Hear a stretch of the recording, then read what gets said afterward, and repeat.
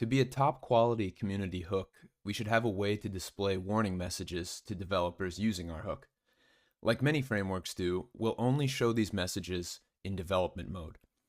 So let's first create a utility function, which I'm going to call issueWarningMessage, and we can put that right in the utilities folder.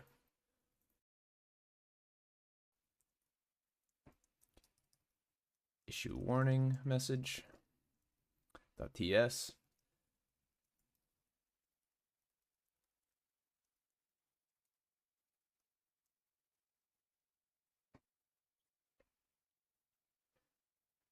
And for this function, we'll be passing in a message, which is a string. And as we said, if process.env.nodeEnv is equal to development, then we're going to console.warn. For now, let's add the message. And we said we would prefix this message to make it clear that it's coming from use please stay.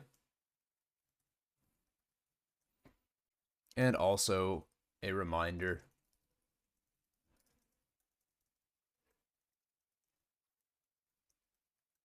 that it's shown only in development.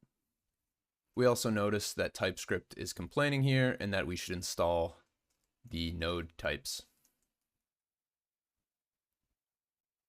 And with that installed, the error warning goes away. And now we can start actually using our warning message utility function. And so we know how we've designed the hook so far. There are a few edge case scenarios that we can warn developers about. We can collect all of these checks into a new function, which I'm going to call validateParameters. So I'll put that also here in the utils folder.